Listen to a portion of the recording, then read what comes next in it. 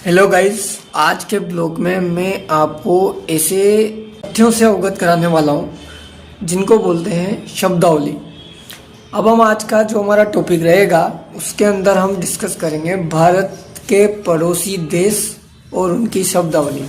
आप ये जानो कि भारत के पड़ोसी देश कौन कौन से हैं। पड़ोसी देश मतलब जिनकी सीमा हमारे देश की सीमा से बढ़ती है, जिनसे हम ट्रांसपोर्ट या अदर तरीके की चीज़ें व्यापार तरीके से करते हैं। तो पहला है चीन, अफगानिस्तान, बांग्लादेश, नेपाल, श्रीलंका, पाकिस्तान, भूटान और म्यांमार। ये हमारे पड़ोसी देश हैं और इनकी शब्दावली की हम बात करेंगे। सबसे पहले मैं भारत की शब्दावली की बात करता हूँ। सबसे पहले भारत की शब्दावली की अगर हम बात करें तो जो भारत की शब्दावली है इसके अंतर्गत जो इसके नाम आते हैं जो कई भाषाओं से बने हैं, जैसे कि इंडिया, इसको बोलते हैं हिंदुस्तान, आर्यावर्त, जम्बूद्वीप से बनी है जो लगभग संस्कृत के शब्दों से उद्गम है। ये हो गया भारत। उसके बाद हम बात करते हैं चीन।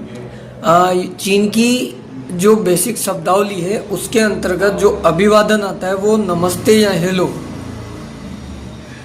अंतर्गत से शुरू होता है और दैनिक जीवन के शब्द का एक स्पेसिफिक कोड है जिसको हम पिनियन बोलते हैं। तीसरा आता है हमारा पड़ोसी देश अफगानिस्तान। इसकी शब्दावली जो है दारी, जिसको फारसी बोली बोलते हैं, वहाँ से उद्गम है और पश्तो भाषाओं पर आधारित है। अब है हमारा नेक्स्ट पड़ोसी देश बांग्लादेश। भाषा है इसकी बांग्ला और भारत के जो पश्चिम बंगाल की भाषा से मिलती जुलती है। उसके बाद है नेपाल। इसकी जो शब्दावली है वो खस या गोरखाली भाषा पर आधारित है और इसमें संस्कृत शब्दों का मिश्रण है।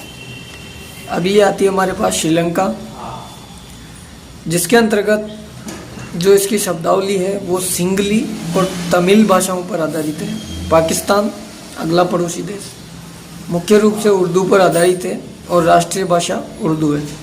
अगला है हमारा भूटान पड़ोसी देश। संस्कृत के शब्द भू उत्थान और भूटान से निकली जाती है और राष्ट्रीय भाषा जो खा है। म्यांमार, ये भी हमारा पड़ोसी देश है। चीनी, तिब्बती